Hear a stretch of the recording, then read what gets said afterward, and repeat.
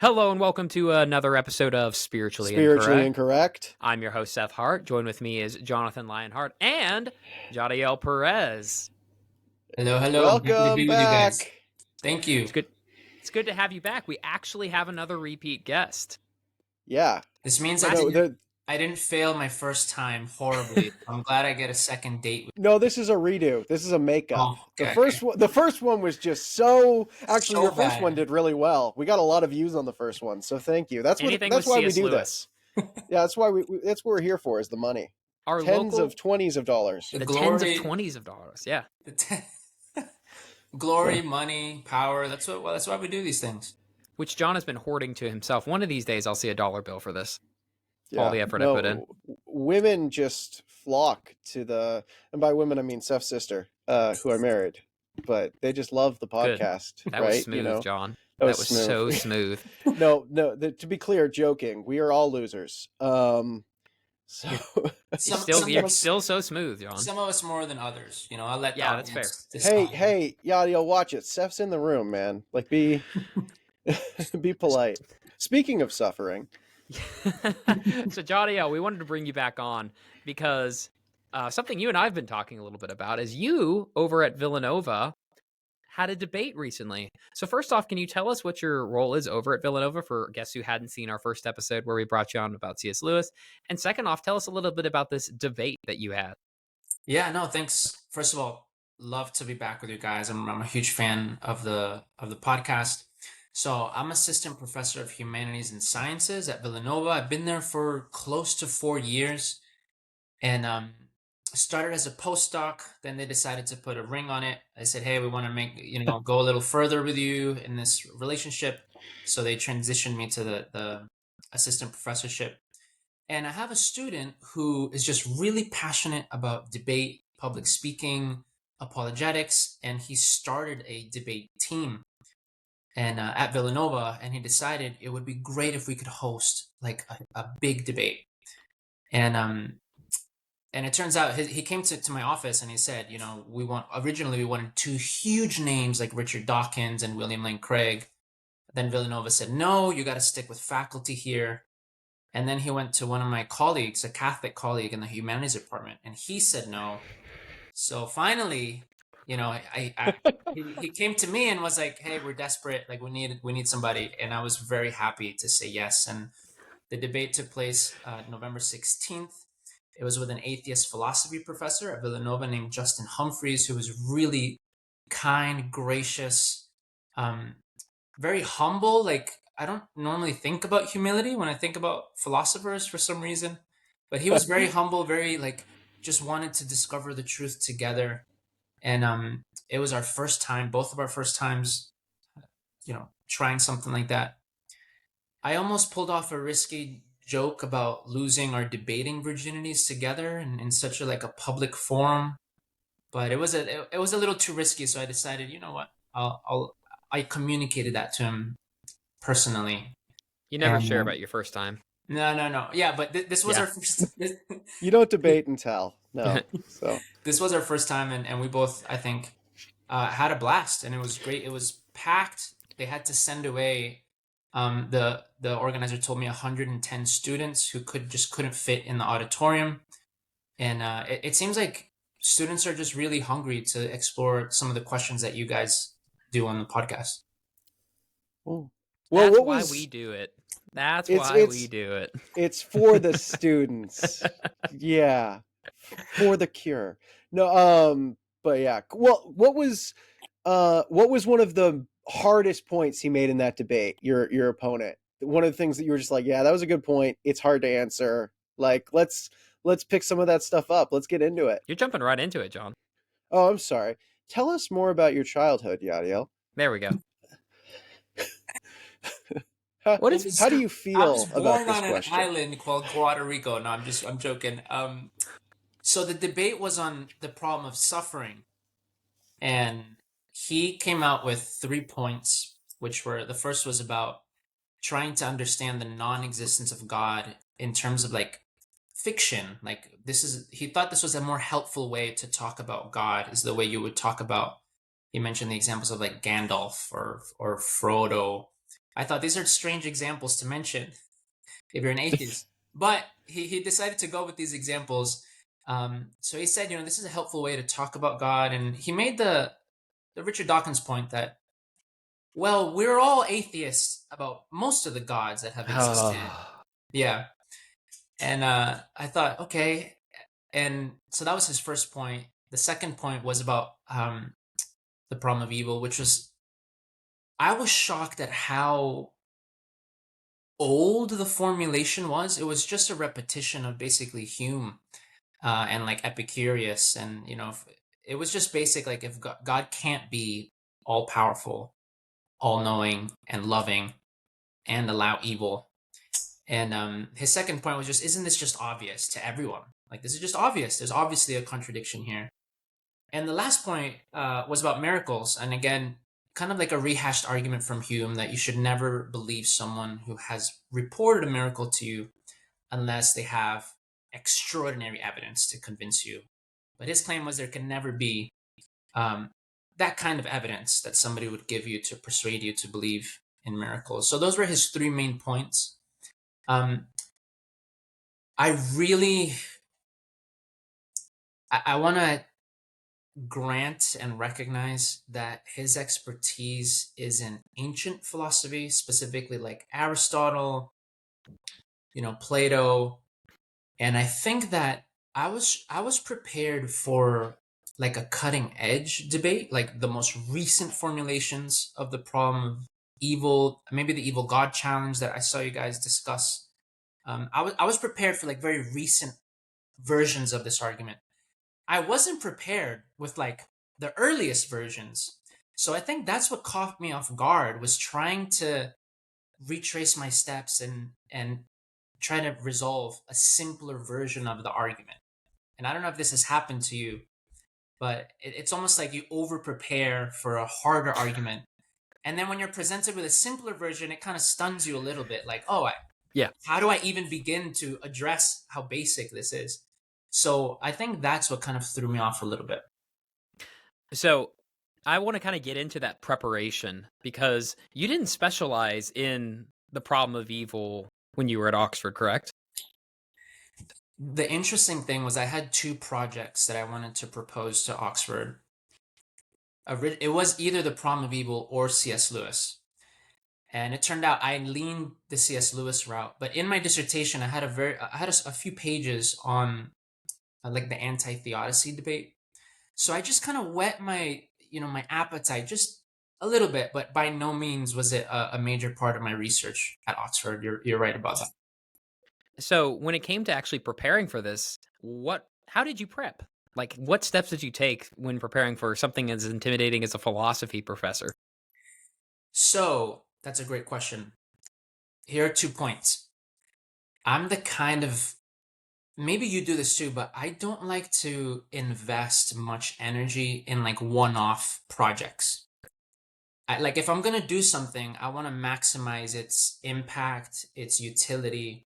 So this whole semester, this whole fall 2025 semester, I've been teaching a course on the problem of suffering. It's called the problem of suffering at Villanova, and we have 26 students. So gradually, I was preparing myself as I taught the course and as I did the background teaching and prep. That was already preparing me for the debate. So it happened that I wanted to align both of these things, which was having this debate, but also teaching a class on the subject. The other thing I did is that I called somebody that I admire as a debater. His name, Jonathan Lyonhart. Seth Hart. Oh, me! Jadael doesn't call me. We're not friends yet. This is a burgeoning relationship. I said, no, I called Seth up. I was like, Seth, hey, do you have any, how do you feel about debates? And he's like, I live for them. Like I love debates. And then I saw a few of his debates online, and I thought, this is somebody who knows way more than I do about this. So we chatted for about an hour, and he gave me some really good advice about, basic tips and tricks of debate. And just putting all those things together made me feel a little bit more comfortable trying the debate, and it was really fun. Awesome. Nice. I thought you were going to say so like, oh, Yeah. I I know thought that you just were going to hurts say, Jonathan to hear anything affirmative of me That on the podcast. So that's the no, real I victory know here. that you live for debate, Seth. I live for truth, goodness, and beauty, but if you live for debate, and that's okay. You this eternal dialectic of violence that you're caught up in. I knew that. I thought your answer, Yadiel, because you're a C.S. Lewis guy, I thought you were going to be like, yeah, I went and read A Grief Observed Outside in the Rain to prepare for the debate on suffering. You know, but awesome.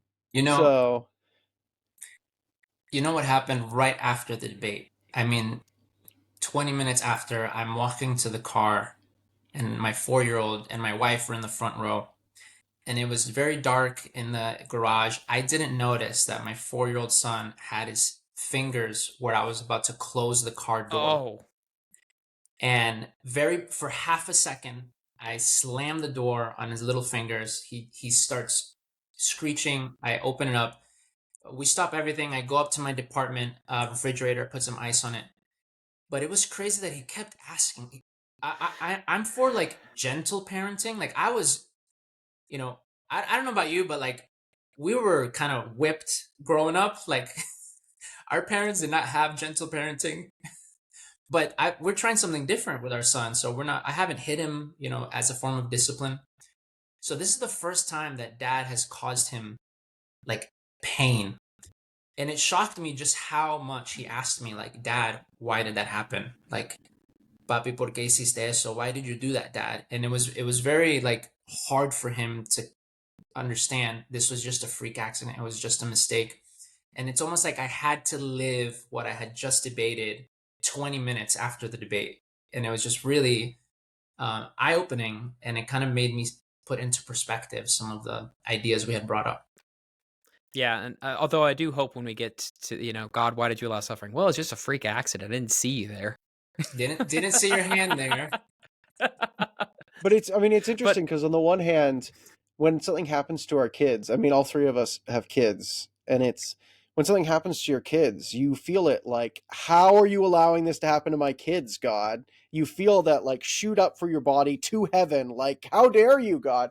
But at the same time, as the one comforting the child and, feeling how much love you have for them and all that stuff, in that way, you're kind of relating to God as the one watching from above them go through this suffering. So it's this weird predicament as a parent where you feel closer to your children who are suffering, but you also feel closer to God who has to watch us go through all this suffering that we keep causing to each other down here. It's a weird both and dance. I think that's right. And what I got to appreciate in that moment was just how like it wasn't that my son, maybe I don't want to skip ahead, but it wasn't that my son had like access to my mind that reassured him of my love for him.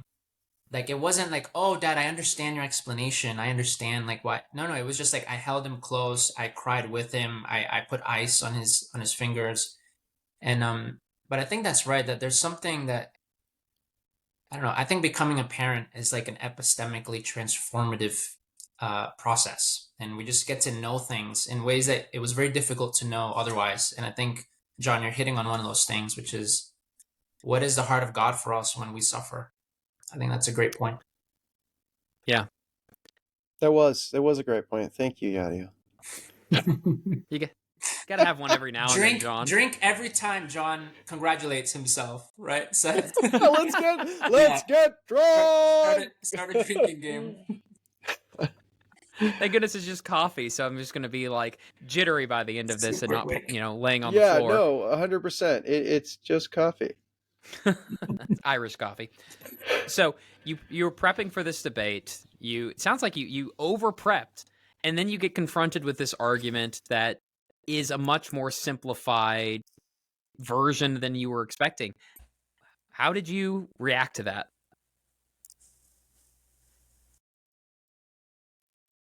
Hey, Seth, sorry, I lost you for a second there. For just half a second, yeah. Yeah, not a problem. Last thing I heard was, so you over prepared, and then all of a sudden you're confronted with this much more simplified version of the argument. So how did you react to that? What was your strategy in the moment? Yeah, that's a great question. In the moment, I had to just affirm one of my points in my opening statement, which was that we have to be shown the contradiction or the inconsistency. It's not enough to assume that there is one. And the first point I made was that the atheists in this specific discussion should have the burden of proof, right? Because they're arguing for the thesis that there is a contradiction or an inconsistency between God and suffering. And it seemed like he just assumed, like, everybody knows this. You know, everybody knows that there's a contradiction. Everybody knows that there's an inconsistency. So I just challenged him again. I said, Dr. Humphreys, respectfully, like, we need to be shown that, which is just Plantinga's point, right? In the free will defense article, which is trying to challenge atheists to find a set of propositions that are necessarily true, but are also contradictory. It turns out to be really hard to try to do that. So I just kind of pivoted and said, which version of the problem of suffering are you endorsing, and where exactly is this this contradiction or this inconsistency? I'll add just one more thing.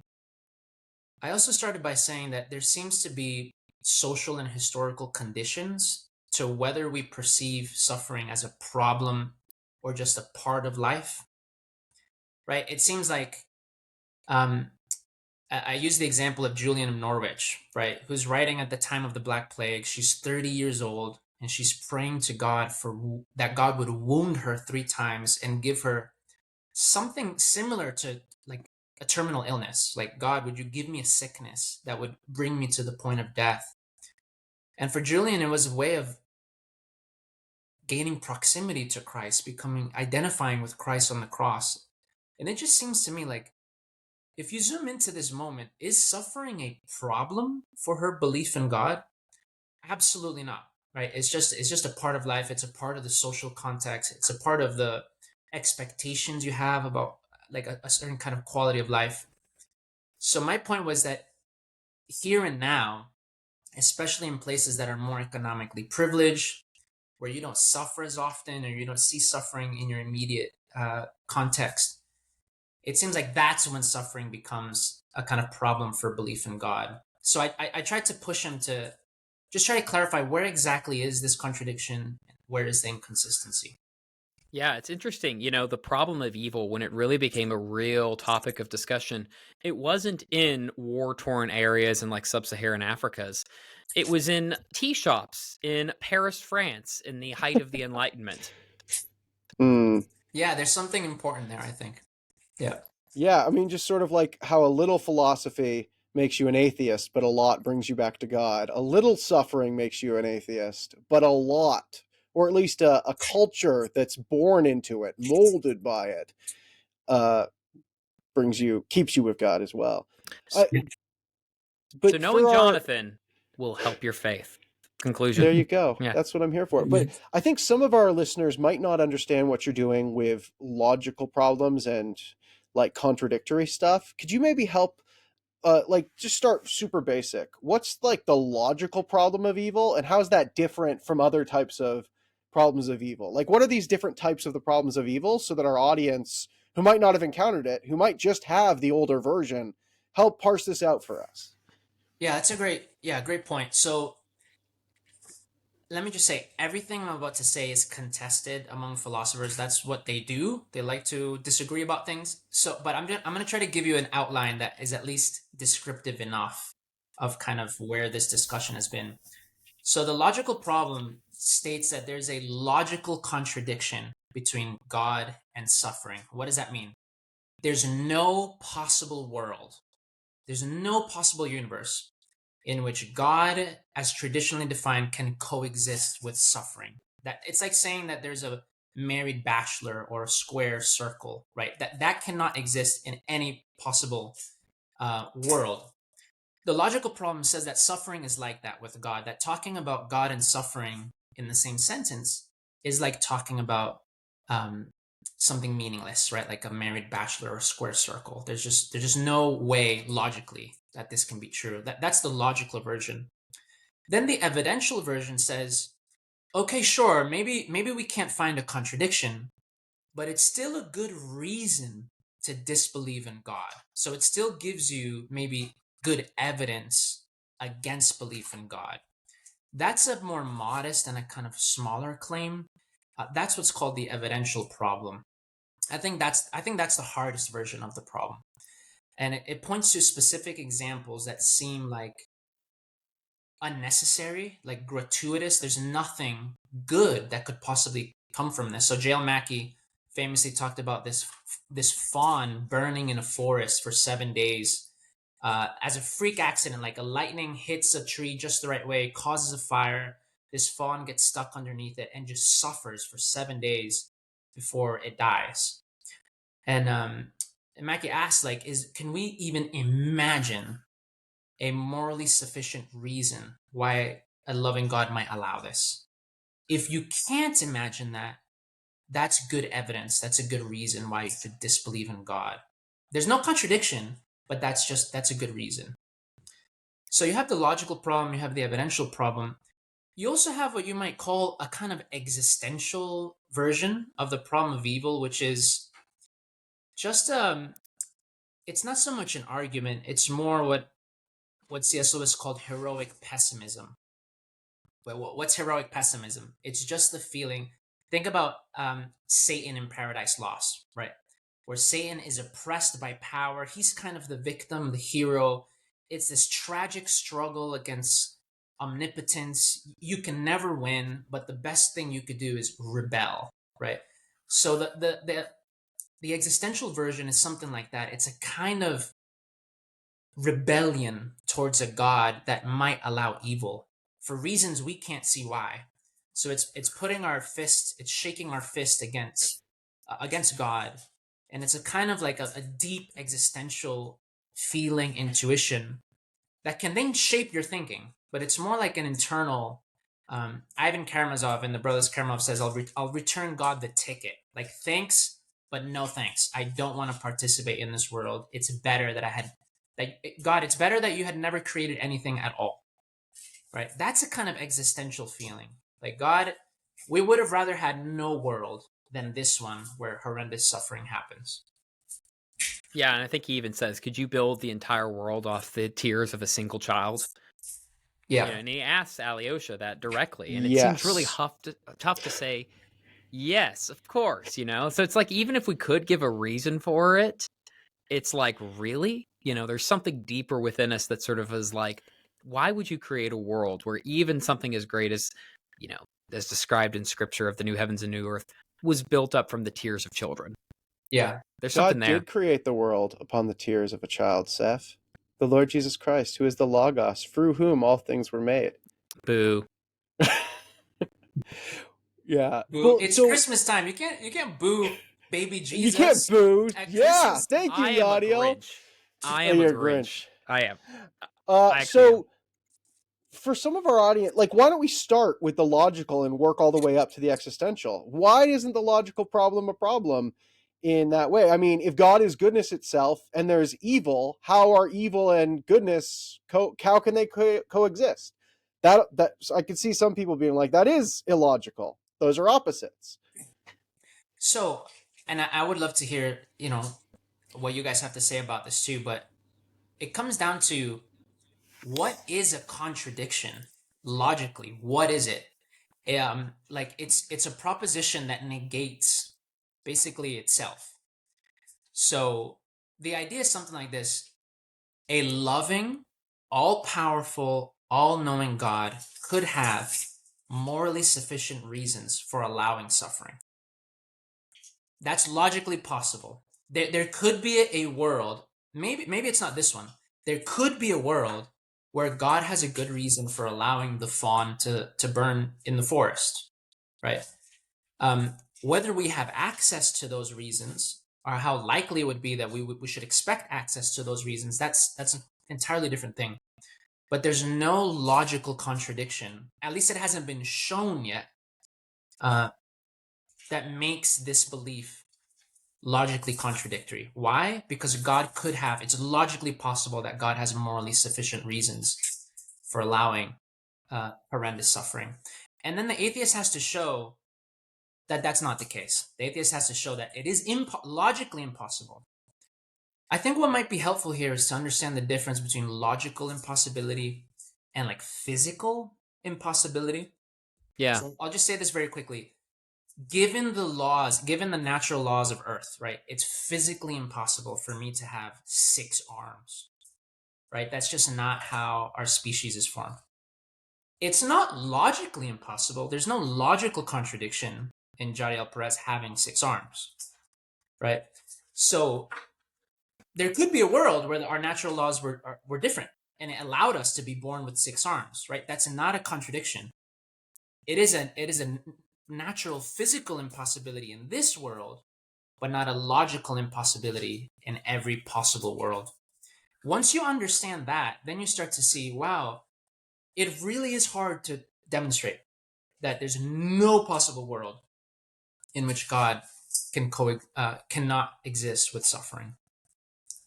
So like someone in the audience might hear what you're saying and be like, okay, maybe God has a reason for allowing suffering. You're just appealing to mystery. I don't buy that.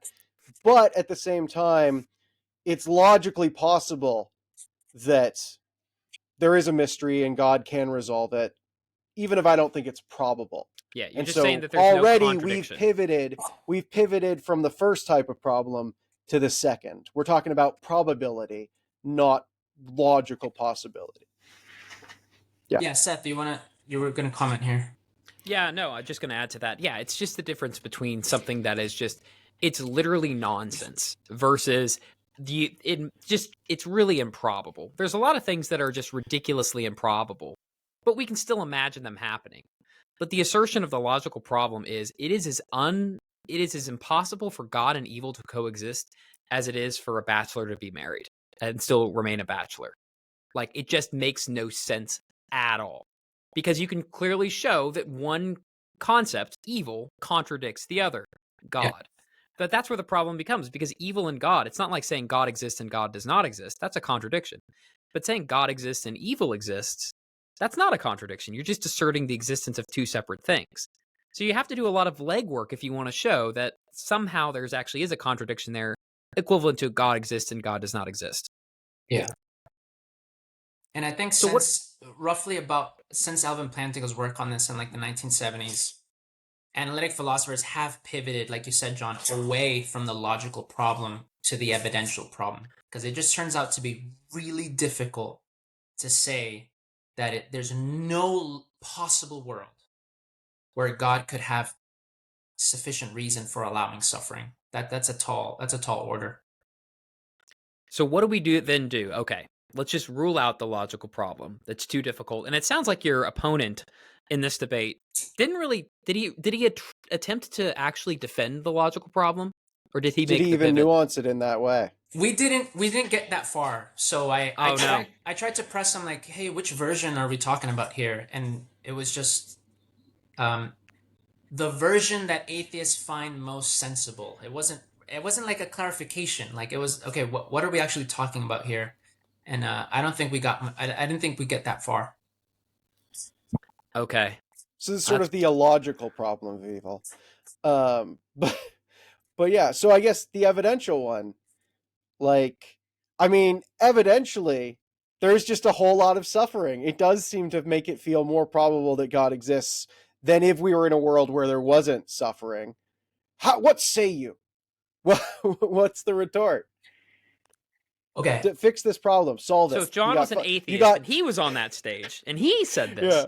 Yeah. Well, I mean, this is an episode for our audience. I'm trying to give them, solve this cosmic eternal problem in 2 minutes. In 2 minutes. So I'll just tell you kind of the backstory for the argument that I gave. And it's a comparison with chess games. So when you see the grandmasters play chess in tournaments, right? You can play the same game like over and over again. Everybody knows the first 50 moves. It's kind of boring. And what'll win the game is like this subtle move or miscalculation halfway through the game, and then it ends up giving somebody an advantage. That's how I felt about this argument, which is a lot of us are just kind of rehashing the same arguments. Every now and then something new and interesting will pop up. But most of the time, it's just kind of rehashing what Augustine said, what Irenaeus said. And it's just, okay, these are like arguments that are over 1,000 years old.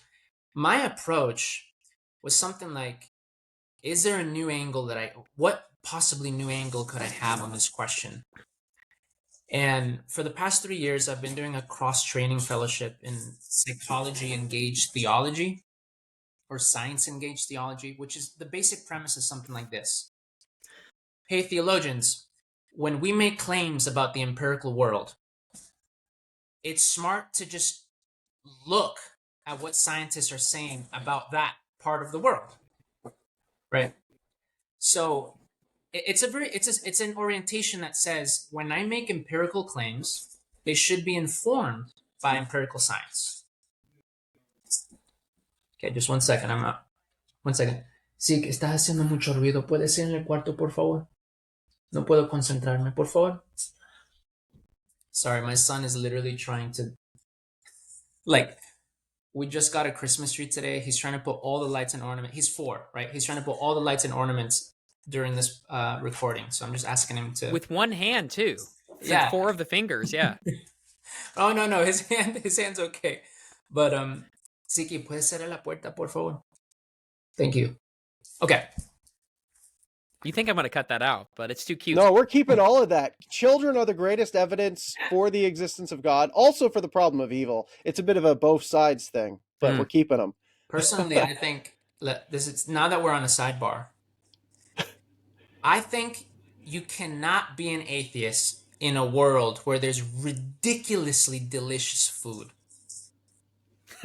Look, I take it. There's gratuitous suffering. Okay, it seems like people suffer for no reason. But then you have some food that seems like it's unnecessarily good. Like food could have just been this delivery system that's like, hey, let's keep you alive, barely. There's no flavor. It doesn't make life better. It doesn't change your moods. And then you'll have Thanksgiving. And you go to your mother-in-law's house like I did. And then there's steak, there's rib, there's ginger lobster, and you're just having it with a cup of wine. Ginger lobster. And you're just like, God, how could there not be a God where there's this deliciousness? Anyways, that's a sidebar. There's a gratuitous evil. No, and that's gratuitous the whole deliciousness. bar. Yeah, this is Exactly. God speaking to It's us open through bar. food. No, yeah, I mean, but let me return to my point. Okay, let me try to rephrase it. That was just an appetizer for the main event. Yes. Let me try to rephrase it. So what I did is that I looked at some of the claims that philosophers were making, which seemed empirical to me, and I tried to look at the psychological literature. What are psychologists actually saying about how people suffer and how people grieve? And there seemed to be a big mismatch. Okay, so ever since Marilyn McCord Adams, we have this category called horrendous evil.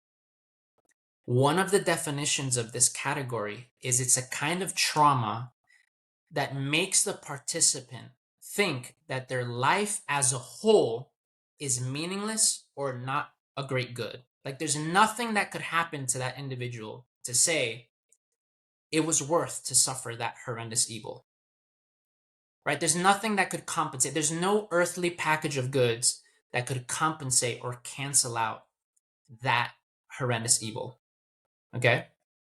That's the category of horrendous evil. That's what you need for the evidential problem of suffering. You need something like a kind of evil that has lasting impact on the participant's life, and that seems unnecessary and gratuitous and pointless. So I looked at studies around psychological resilience, around trauma, around grieving, and there seemed to be just like, that's not what's going on when people suffer from PTSD. Right? There's very little. It's very hard to find longitudinal studies that trace a sample of people who've suffered trauma so severe that at the end of their life, so you have a group of people, right? They're like 70, 80, 90 years old. At the end of their life, most of them say, oh yeah, my life was not worth living because of this trauma that happened to me. That's hard data to find. It's very hard to even gather. How would you even study that? right? It's very difficult. And I'll just mention 2 more points. That's not how grief works. What atheists tend to do, I've found, is that they zoom in on the earliest moment after traumatic suffering. Like you just lost somebody that and this has been traumatic to you. They zoom into that moment. The moment where you think it's meaningless, it feels meaningless to you, and it feels like this meaninglessness is going to last forever. Okay?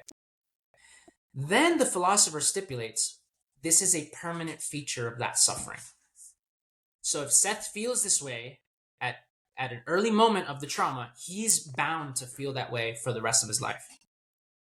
That is not how bereavement works in the psychological literature, right? So there's different models of this, but basically people respond differently to the traumatic stressor at different points of their grieving process.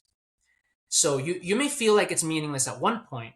That's not necessarily going to be a permanent feature of your experience going forward.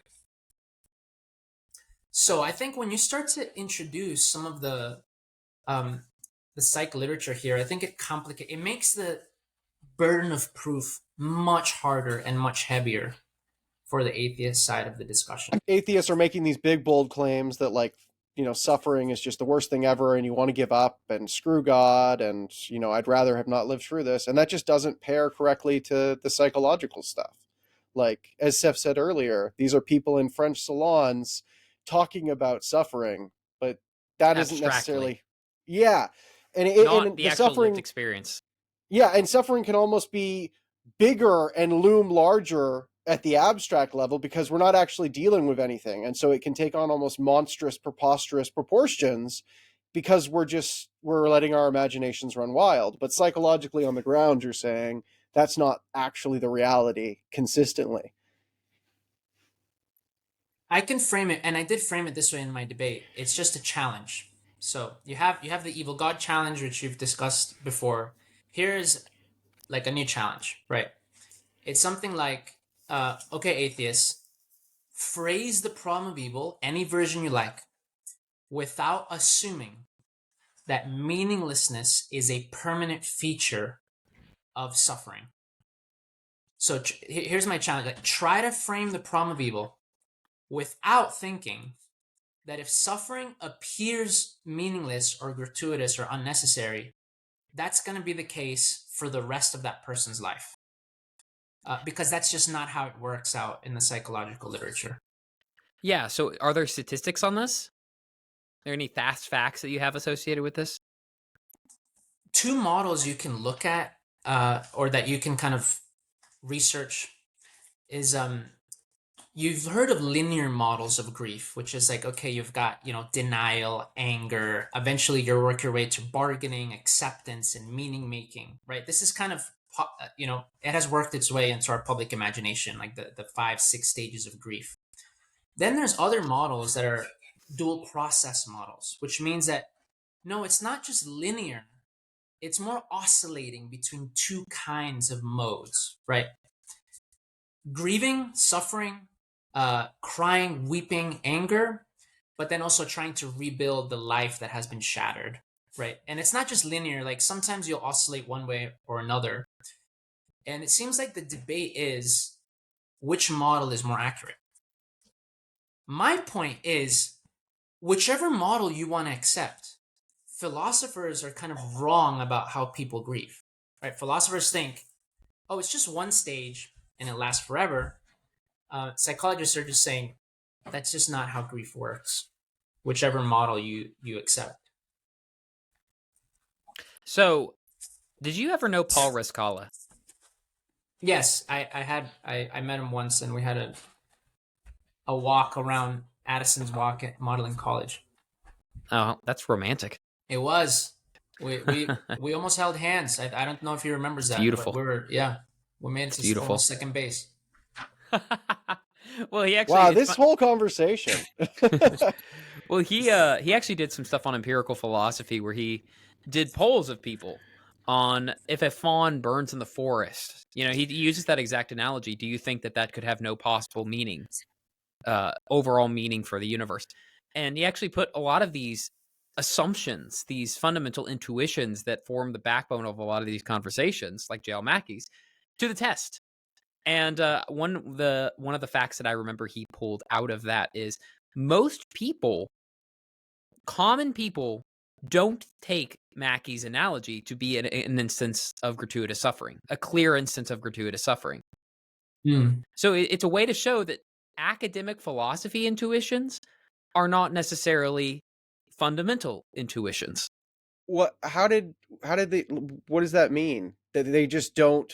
They don't have the language to say it's gratuitous stuff. Like they don't. No, they described it in a way people could understand. So basically, people would, when they were asked this question, they're like, I don't know, I think God could use that. Maybe, maybe that'll be a place where plants grow and it feeds animals, or like they'll come up with some reason for it. But as an intuition of this is a clear instance of gratuitous suffering, it's not quite as obvious to the common folk as it is to an academic philosopher. And so like the academic's response to that is going to be, that's ridiculous. You're really reaching there. But the point is, if we're dealing with just the basic intuition that most people have, their go-to at a gut level is that there must be some meaning that they don't know. Yeah. And I think I think it kind of goes to Jahdiel's point, which is what philosophers think is common sense. Like the language and the presuppositions that philosophers work with is quite often divorced from the lived experience that people actually have, whether it's their intuitions or whether it's how they deal with grief and that sort of stuff. And it's also, I would just add that when atheists tend to reject the answers that Christians give to this, usually in the background is an assumption that they are the ones that are more attuned to how people actually suffer. Like the Christian theodicist is dealing with an abstraction of suffering, right? We're not talking about how people actually suffer. The people who reject theodicy, whether they're atheists or not, there's usually this assumption, that they're the ones that really are attuned to how Job suffers, how everyday people actually suffer. They're the ones that are being more empirically faithful. And my challenge is just, and what you mentioned, Seth, about Paul Rascala's work is trying to question that and trying to say, actually, it seems like the atheist side of this discussion can often be just as detached or abstract as some of the traditional Christian responses can be. Right.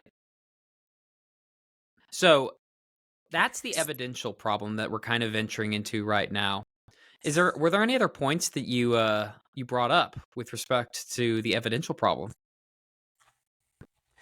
So here's the thing. One kind of question I'm still wrestling with is, I know that horrendous suffering exists. It has to be real. It can't just be this abstraction that doesn't refer to anything. But I keep coming back to, like, how do I know? Is this an empirically well-founded category? And I'm starting to question whether it is. I feel like I don't really know how descriptive this category is. It seems like it could be useful as a philosophical category, but I'm just not sure. Is it the case that more people than not suffer in ways that they never ever could possibly recover from? One of the points I made during the debate was that Dr. Humphreys kept saying, I can't imagine what a Christian might say to like make sense of a bus of children that drives off the road and kills like 17 children, right? Like this is so outrageously meaningless. It could never have meaning for anyone. And I tried to, the point that I tried to make was like, how are we certain of that? Are we certain that the parents of these children, as awful as that is, at a later stage in their grieving process, could never make meaning of this, could never find meaning? And my point was that our perspectives debating it, like me, if I was debating John right now on this question, I think our perspectives are kind of less important than the first person perspective that's trying to make sense of this suffering, right? Then like the mom who's asking the question, the child, my son who's asking the question, like, why does this suffering happen? And I think that that's really where the conversation is can they make meaning of the horrendous suffering that's happening to them? Of course, you and I debating this, like we might say, oh, I find that meaningless. Well, like, of course we are. Look how detached we are from the from the actual suffering. So that was one point I tried to make was maybe it doesn't matter whether an atheist philosophy professor can make meaning of it. Maybe what I want to leave open is that the victims themselves could reach a point of their grieving process where it's not just like adaptive, but necessary psychologically to make meaning of this trauma. And it seems like what the atheist wants to do is close that door and say, no, if it's properly horrendous suffering, they could never make meaning of it. Never, ever, ever. I want to leave that door open and say, we don't know. Like, that's a question that they have to answer for themselves. And I think what we have to do as a Christian thinkers here is offer resources to them. As Bethany Solerator, this is her approach, is offer resources to them, different kinds of explanations, so that when they reach the appropriate point of their grieving process, they're not alone and they can have resources to make meaning of this. Yeah, that's really good. It's interesting because there was a study done over 25 years about Holocaust survivors, and it took in their religiosity prior to the Holocaust, immediately after the Holocaust, and then like 25 years later. Like they followed out. And I mean, yes, a bunch of people lost their faith in the immediate aftermath, but a lot of them regained it. And there's like a tiny little percent of people who actually gained faith during the Holocaust. But I think one of the things that they noticed was that overall, people who went in religious tended to come back out religious, and people who went in not observant or religious tended to come out of this event over time the same as they were before. And so, I mean, people always use the Holocaust to be like, how could God allow this? But as you say, like, actually on the ground, a lot of the people who went through it are still like, yeah, I still believe. I don't know how to make sense. You know what I mean? Like, and so, yeah, it's just the whole conversation's so abstracted from the actual experience of it all. And we're just banding around terms and events that we weren't there. I think one very important point to make here is Viktor Frankl, right? Man's Search for Meaning. He's describing his experience suffering through the horrors of concentration camps. But he finds that making meaning of that kind of trauma is like this fundamental existential psychological need that human beings have, right? At some point, we try to incorporate traumatic events into our frameworks to lesser or greater degrees of success. But this is, I think, something that maybe atheists don't really appreciate sufficiently, is that this is a fundamental human need. We need to somehow find ways to make meaning of even the most horrendous instances of suffering. And the way I ended my debate in my closing statement was that it seems like there could be a point where somebody's suffering is ready to try to make meaning. And that's where I come in as a theodicist. And that's where I say, oh, look, there's Christian resources here that can help you make meaning of the suffering. But I am not sure if there's ever a point where the atheist response, like, hey, this is meaningless. There's no way of explaining it. Grow up, deal with it. Like, we're all living in a meaningless universe. I don't know if there's a point where that's like ever helpful. And I could cite some studies using the Views of Suffering scale published in 2012 that track what happens to people when they believe that suffering is meaningless. It ends up being maladaptive, right? It ends up increasing stress signals. It ends up making PTSD worse, right?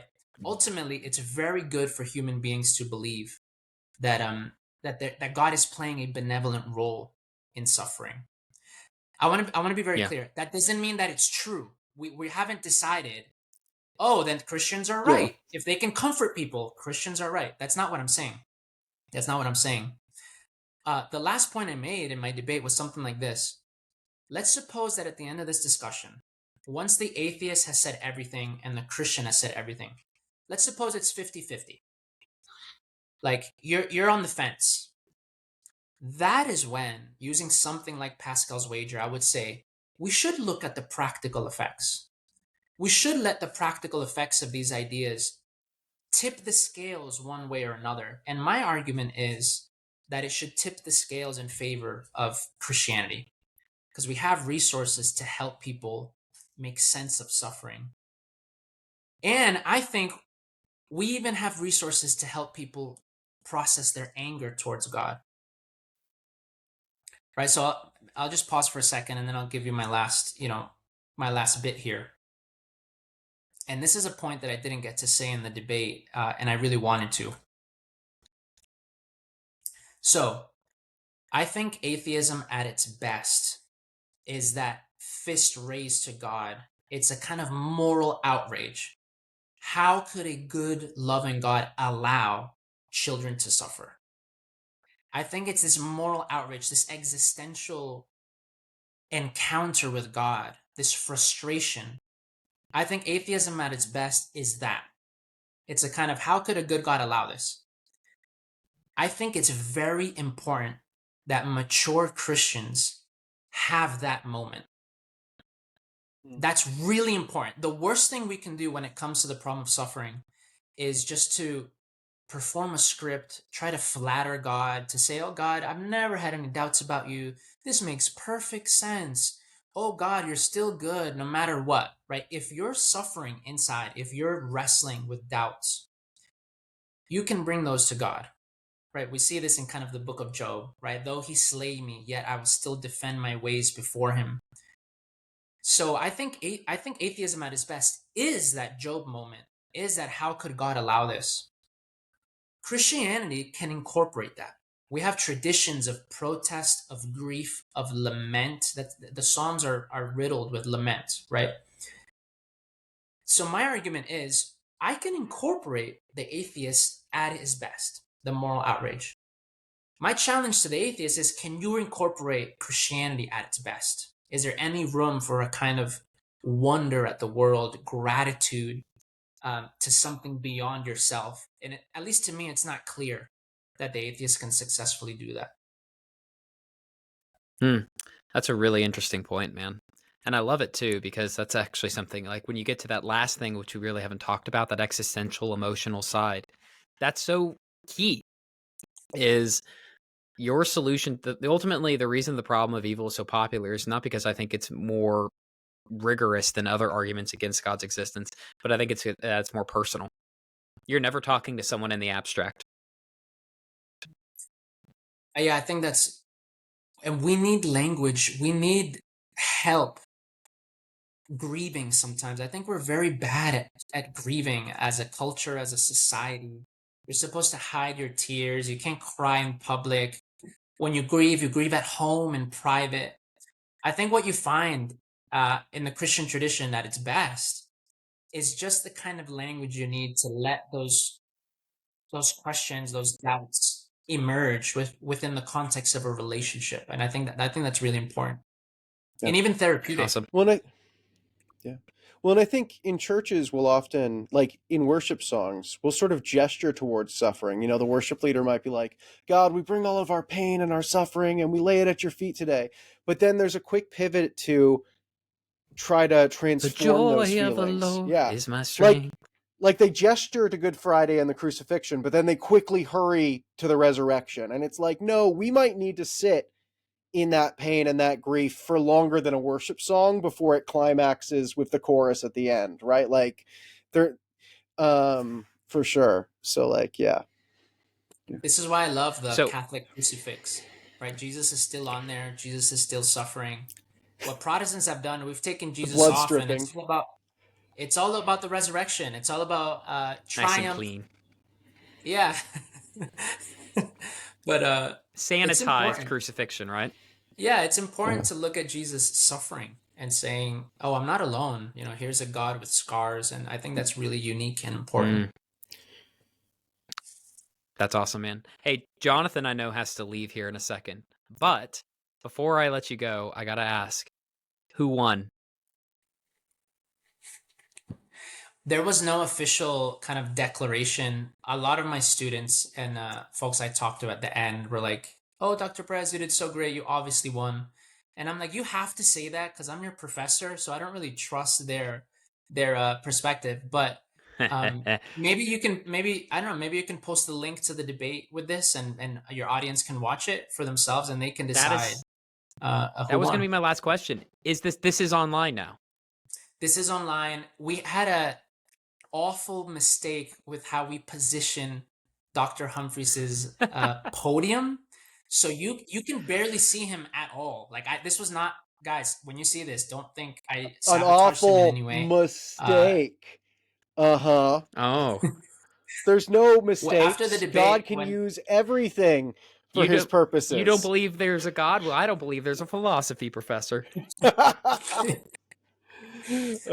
but no, okay. Well, who won in terms of asking questions? Go ahead.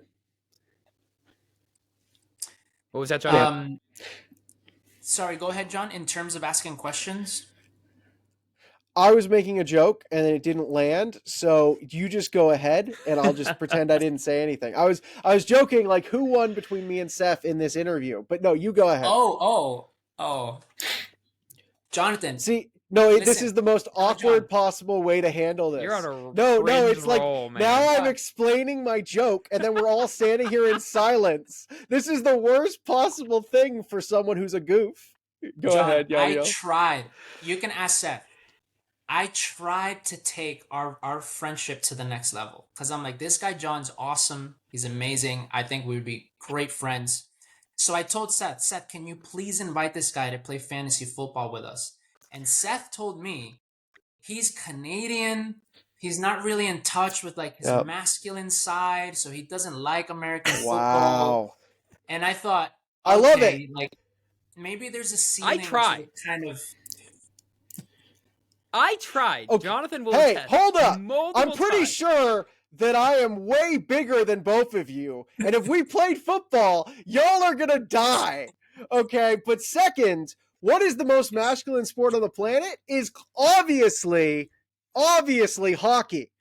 You are going twice as fast on skates. So if you hit the other person, you're going twice as fast as if you did it in football. You have knives attached to your feet, and then you have a great big stick, and then you shoot the puck 100 miles an hour, the same speed as a baseball. Most masculine thing ever, even though, yes, my wife is doing a PhD critiquing evangelical masculinity, and so I tend to deconstruct that a little bit. But at the same time, I reserve the right to get angry. Still should have joined our fantasy football team. All excuses, man. All excuses. That is whatever. Hilarious. So I'm trying to say, I already leaned towards Seth in terms of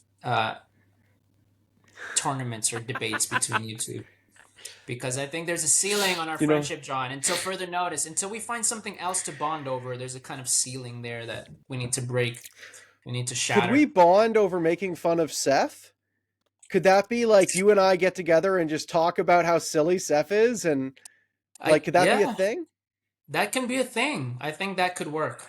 I think that could work. I will lead an uprising in the fantasy football group if such an event occurs. You can get back and make fun of me in private, but you'll be sorry for what I do in private. Have you noticed, Jahdiel, that his initials are S Hart, Shart? Have you? It's pretty great. You should see all of his emails at his institutions. They're all shart@gmail.com. It's wonderful. So anyway, Jahdiel, we will post the link to that debate.